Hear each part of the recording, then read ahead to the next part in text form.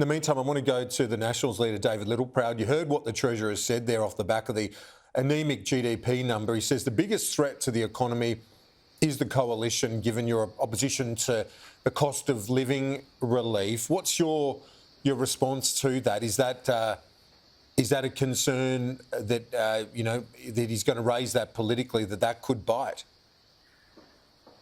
Yeah, well, look, what these numbers demonstrate is that Anthony Albanese is driving our economy into a wall. Growth is stalling because they're not addressing the fundamentals. They're papering over the cracks with just spending your money, Australian taxpayers' money. When you look at the figures, 0.3% growth, but 0.2% of that is attributed to public spending. That's government spending. So what this government has done is basically having a closing down sale, trying to convince Australians to vote for them, rather than fixing the fundamentals around their energy system, about a proper industrial relations policy. You can't spend your way out of it. You can't solve the nation's problems by keep spending the nation's money. And that's what Jim Chalmers is doing. And this has put the RBA in a real predicament about the two-speed this economy is in. Australians are hurting because of the decisions Albanese's made, because his ideology hasn't met the practical reality of what are the fundamentals of what's keeping inflation sticky. And all they've done is try to spend money to paper over those cracks, whether it be energy rebates or anything else. So this is concerning for the economy. And as you get around, I'm out in Orange today, you can hear business have lost confidence. And the only people that are employing at the moment is the Australian government. And they're about to put on 36,000 new public servants, Jim Chalmers and Anthony Albanese, in Canberra at the cost of $24 billion. So that's their solution to keeping people employed, is more bureaucrats. You're promising nearly a third of the Coalition's promised $5 billion funding package on a housing plan for the regions. Give us a sense of the demand in the regions. Is this part of an effort to try and get more people out to regional centres as well? Is that part of your thinking here? Yeah, this is about regional Australia getting its fair share. There's a housing crisis in regional Australia, and what happens in regional Australia, there isn't always the competitive tension that you see in metropolitan areas with developers. So, and in some actual communities you see where the cost of developing a block of land is actually more than the market price.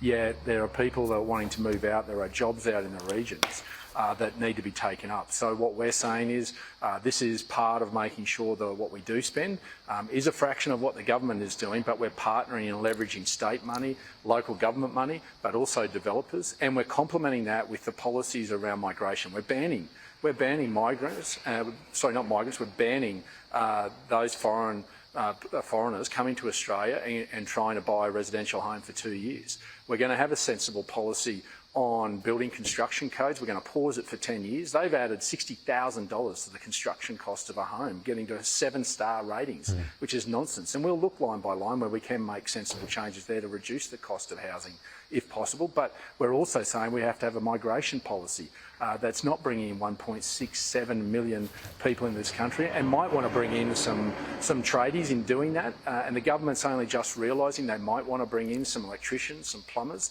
after 2.5 years. So it's not just about the money, it's actually about the policy levers that we're going to pull around banning those foreigners from buying residential home, migration policy and building codes that will complement this and partner and make sure that we get a return for the Australian taxpayer on the money we do spend. But regional Australia has a unique problem in the market forces, and that's why we've acknowledged that a third of this should go to regional Australia. Well, we know, and I think you touched on it already in terms of getting the skills in, that's been a massive problem, hasn't it? That skills shortfall at the time that migration has still been up. Can you shift that quickly enough to get these homes built in a timely fashion? What sort of time frame are you talking about here? Well, we should determine who comes to this country, the skills they have and where we want them to live. And what you need is a government that has the courage to make that determination. And that's what we will do. That's what a Dutton Littleproud government will do, and we'll announce our total migration policy well before the election. But we will prioritise the skills that we need. We're giving the greatest gift we can give to anybody around this planet. That's a ticket to Australia. So we will be able to prioritise the skills we need because we've got a big prize to hand out. instead of bringing in dog groomers and martial arts instructors that this government has done for the last 2.5 years, all because the union masters have said they didn't want to bring in tradies, they wanted to train them. We all want to train them, but there are people without homes today. Yeah. You would have thought that if you're going to bring in 1.67 million people, you might have slipped a few builders and tradies in it. Yeah, indeed. And just on those numbers, we started our discussion with the ongoing per capita recession. Do you think there's been a shift in sentiment, though? We saw retail sales up in the last week. Or is that just a blip with Black Friday? Is there a bit of a shift in the mood with inflation also moderating? What's your read on things as we head into 2025? Yeah, I think it's around the period of year that we're at. Obviously, Christmas and retailers are brought on the Black Friday sales. But I think there is a two-speed economy out there. There's the haves and the have-nots, and there's a lot of have-nots, and they're increasing in number every day. Those that still have the money in the pocket, that are the wealthy, they're still spending. And most of those don't have a mortgage. And an average mortgage in Australia is costing you $35,000 extra since Anthony Albanese came to power. So that's taken away the discretionary spend of over a third of Australians. But those that don't have a mortgage are still spending, but they're finding it tougher because the fundamentals, the fixed costs continue to go up. Your energy bill's up 22%. Your insurance is up 18%. Your food is up 12%. So these are the sort of things that are eating away at it, and there's a lot more in the have-nots than the haves at the moment in this country, all because of the ideology of Anthony Albanese. And finally, the car emissions standards. I know it's been something you've been arguing in the bush. Isn't it true, though, that if we don't adopt some of these standards like international counterparts, we end up as a dumping ground for the dirtiest vehicles, that car makers can just simply dump them here unless we have some of those improved standards? No, and that's nonsense. I mean, we're not a big market. We've got to appreciate that. And there's a sensible way to achieve this. And we can achieve this with time and technology instead of forcing the cost of a car up with a tax. Effectively, next year, a Ford Ranger, one of the most popular vehicles, will go up by $6,000 in the tax that they're going to place on that vehicle. So we're actually making it harder for manufacturers without giving them the time to finish off the research and development to bring that technology here. That's what we're saying. We've got till 2050. We don't need to achieve this by 2030. We can work with manufacturers who see this as a profitable market, but it's not a big market, and we're still going to have choice. I think that's a furphy.